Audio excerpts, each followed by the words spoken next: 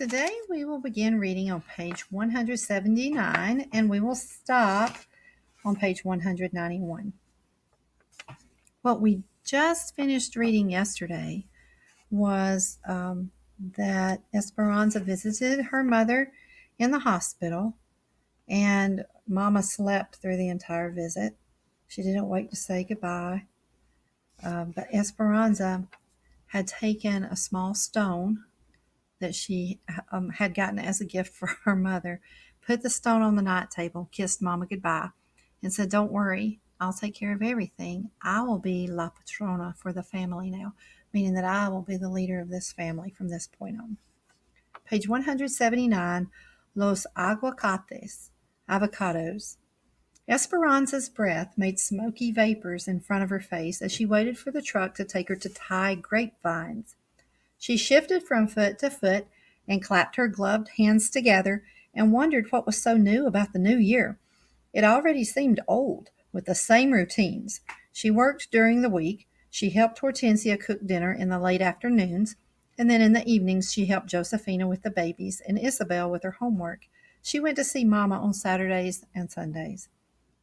She huddled in the field near the smudge pot to keep warm and mentally counted the money she would need to bring Abuelita here. Every other week, with the small amounts she saved, she bought a money order from the market and put it in her valise. She figured that if she kept working until peaches, she would have enough for Abuelita's travel. Her problem then would be how to reach Abuelita. So it looks like she must have done a good job with cutting potatoes or potato eyes. So now she is tying grapevines. At the top of page 180, the men went down the rows first, pruning the thick grapevines and leaving a few long branches or canes on each trunk. She followed, along with others, and tied the canes on the taut wire that was stretched post to post. She ached from the cold and had to keep moving all day long to stay warm. That night, as she soaked her hands in warm water, she realized that she no longer recognized them as her own. Cut and scarred, swollen and stiff, they looked like the hands of a very old man. "Are you sure this will work?" asked Esperanza, as we watched Hortensia cut a ripe avocado in half. "Of course," said Hortensia, removing the big pit and leaving a hole in the heart of the fruit. She scooped out the pulp, mashed it on a plate, and added some glycerin. "You have seen me make this for your mother many times. We are lucky to have the avocados this time of year. Some friends of Josephina brought them from Los Angeles." Hortensia rubbed the avocado mixture into Esperanza's hands. "You must keep it on for 20 minutes so your hands will soak up the oils." Esperanza looked at her hands covered in the greasy green lotion and remembered when Mama used to sit like this after a long day of gardening or after horseback rides with Papa through the dry mesquite grasslands. When she was a little girl, she had laughed at Mama's hands covered in what looked like guacamole, but she had loved for her to rinse them because afterward Esperanza would take Mama's hands and put the palms on her own face so she could feel their suppleness and breathe in the fresh smell. Esperanza was surprised at the simple things she missed about Mama. She missed her way of walking into a room graceful and regal. She missed watching her hands crocheting, her fingers moving nimbly. And most of all, she longed for the sound of Mama's strong and assured laughter. She put her hands under the faucet, rinsed off the avocado, and patted them dry. They felt better, but still looked red and weathered. She took another avocado, cut it in half, swung the knife into the pit, and pulled it up from the flesh. She repeated Hortensia's recipe, and as she sat for the second time with her hands smothered, she realized that it wouldn't matter how much avocado and glycerin she put on them, they would never look like the hands of a wealthy woman from El Rancho de las Rosas, because they were the hands of a poor campesina. It was at the end of grape tying when the doctor stopped Esperanza and Miguel in the hallway of the hospital before they could reach Mama's room. "I asked the nurses to alert me when they saw you coming. I'm sorry to tell you that your mother has pneumonia." "How can that be?" said Esperanza, her hands beginning to shake as she stared at the doctor. "I thought she was getting better." "This disease, valley fever, makes the body tired and susceptible to other infections. We are treating her with medications. She is weak. I know this is hard for you, but we'd like to ask that she have no visitors for at least a month, maybe longer. We can't take a chance that she will contract another infection from any outside germs that might be brought into the hospital. Can I see her just for a few moments? The doctor hesitated, then nodded and walked away. Esperanza hurried to Mama's bed, and Miguel followed. Esperanza couldn't imagine not seeing her for so many weeks. Mama, said Esperanza. Mama slowly opened her eyes and gave Esperanza the smallest smile. She was thin and frail. Her hair was strewn and bedraggled, and her face was so white that it seemed to fade into the sheets, as if she would sink into the bed and disappear forever. Mama looked like a ghost of herself. Now you have to remember that Mama has been in this hospital for a long, long time, and she hasn't been able to get up and bathe like always, and to fix her hair or to take care of herself like she used to. The doctor said I can't come to visit for a while. Mama nodded. Page 184. Mama nodded, her eyelids slowly falling back down as if it had been a burden to keep them up. Esperanza felt Miguel's hands on her shoulder. Anza, we should go, he said. But Esperanza would not move. She wanted to do something for Mama to help make her better. She noticed the brush and hairpins on the bedside table. She carefully rolled Mama on her side and gathered all of her hair together. She brushed it and plaited it into a long braid. Wrapping it around Mama's head, she gently pinned it into place, and then she helped Mama lie on her back, her hair now framing her face against the white linens like a braided halo, like she used to wear it in Aguascalientes. Esperanza bent down close to Mama's ear. Don't worry, Mama. Remember, I will take care of everything. I am working, and I can pay the bills. I love you. Mama said softly, I love you too. And as Esperanza turned to leave, she heard Mama whisper, no matter what happens. Page 185. You need to get away from the camp, Esperanza, said Hortensia as she handed her the grocery list and asked her to go to the market with Miguel.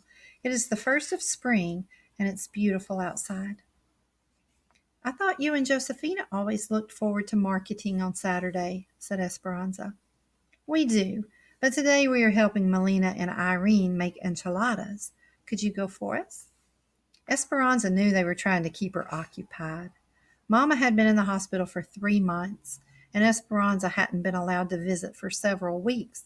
Since then, Esperanza hadn't been acting like herself.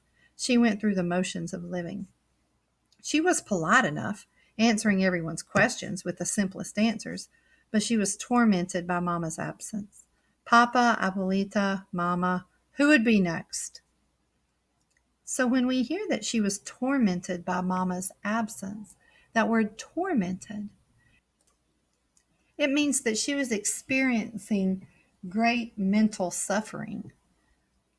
Another word that means the same thing or close to the same thing as tormented is anguished. Do you remember when we talked about her being anguished by something? Both of those words mean great mental suffering. So as Mama is recovering in the hospital, Esperanza is descending into one of those emotional valleys that Abuelita had described while they were knitting together. Esperanza feels like all of her problems are rising around her like these great mountains. She crawled into bed as early as possible each night, curled her body into a tight ball, and didn't move until morning. Page 186. She knew Josefina and Hortensia were worried about her. She nodded to Hortensia, took the list, and went to find Miguel.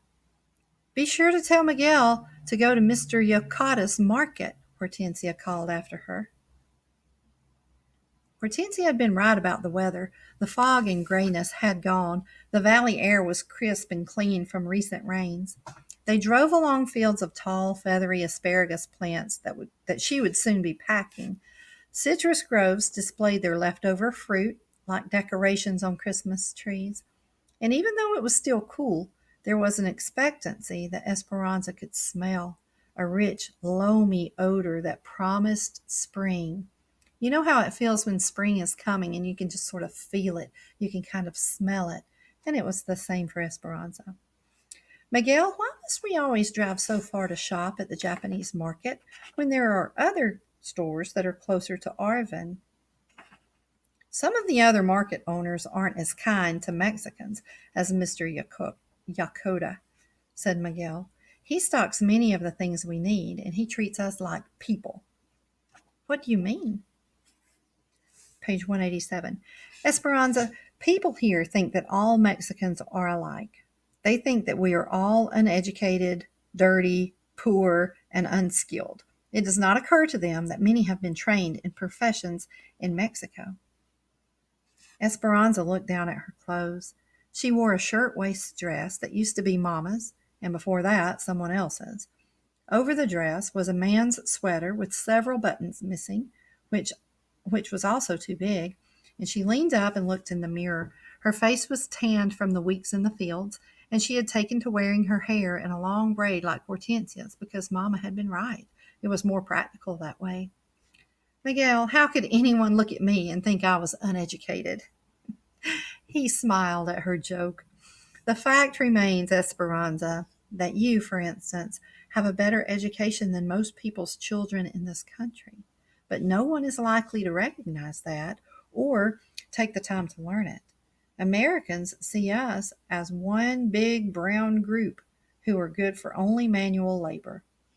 At this market, no one stares at us or treats us like outsiders or calls us dirty greasers. My father says that Mr. Yakoda is a very smart businessman. He is getting rich on other people's bad manners. And so, what he means by that is that if other store owners are going to treat the Mexicans as dirty, poor, uneducated filth, then these people are going to go shop somewhere else. For example, they're going to Mr. Yakoda's store. Miguel's explanation was familiar. Esperanza's contact with Americans outside the camp had been limited to the doctor and the nurses at the hospital, but she had heard stories from others about how they were treated. There were special sections at the movie theater for Negroes and Mexicans. In town, parents did not want their children going to the same schools with Mexicans.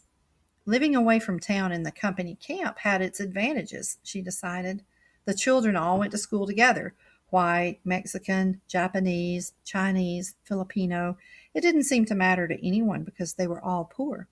Sometimes she felt as if she lived in a cocoon, protected from much of the indignation. Miguel pulled the truck into the parking lot at the market. I'll meet you. I'm going to talk about railroad jobs with those men gathered on the corner. Esperanza went inside. Mr. Yakoto was from Tokyo, and the store had all sorts of Japanese cooking ingredients, like seaweed and ginger, and a fresh fish counter with fish that still had their heads. But there were Mexican products too, like masa de harina for tamales and chiles for salsa, big bags of dried beans for frijoles. There was even cow's intestine in the meat case for menudo, and other specialties like chorizo and pig's feet. Esperanza's favorite part of the store was the ceiling that was crowded with a peculiar combination of Japanese paper lanterns and piñatas shaped like stars and donkeys. So, yes, it does seem that Mr. Yakoda is a very smart businessman. He has he has products for all different sorts of tastes and all different kinds of nationalities because he knows he is serving a very diverse crowd. There was a small tissue donkey that Esperanza had not noticed before. It was like the one Mama had bought her a few years ago. Esperanza had thought it so cute that she had refused to break it, even though it had been filled with sweets. Instead, she had hung it in her room above her bed. A clerk walked by, and impulsively she pointed to the miniature piñata. Por favor, she said. Please. She bought the other things she needed, including another money order, That was one more benefit of Mr. Yakota's market. She could buy money orders there. She was waiting in the truck when Miguel came back. Another money order? What do you do with them all? Asked Miguel. I save them in my valise. They are for such small amounts, but together they'll be enough to someday bring Abuelita here. And the piñata? It's not anyone's birthday. I bought it from Mama. I'm going to ask the nurses to put it near her bed, so she'll know that I'm thinking of her. We can stop by the hospital on the way back. Will you cut a hole in the top for me so I can put the caramels inside? The nurses can eat them. He took out his pocket knife and made an opening in the piñata. While Miguel drove, Esperanza began feeding in the caramels. Not far down the main road, they approached an almond grove, the trees flush with gray-green leaves and white blossoms.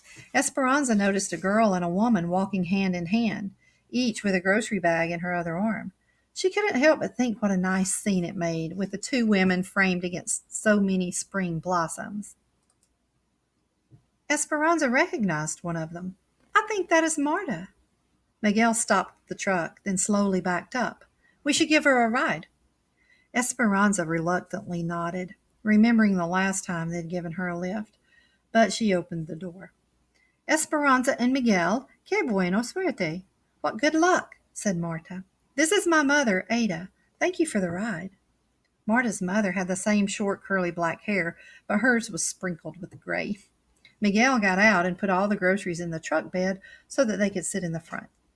Ada said, I heard about your mother, and I've been praying for her. Esperanza was surprised and touched. Thank you. I am grateful. Are you coming to our camp? Asked Miguel.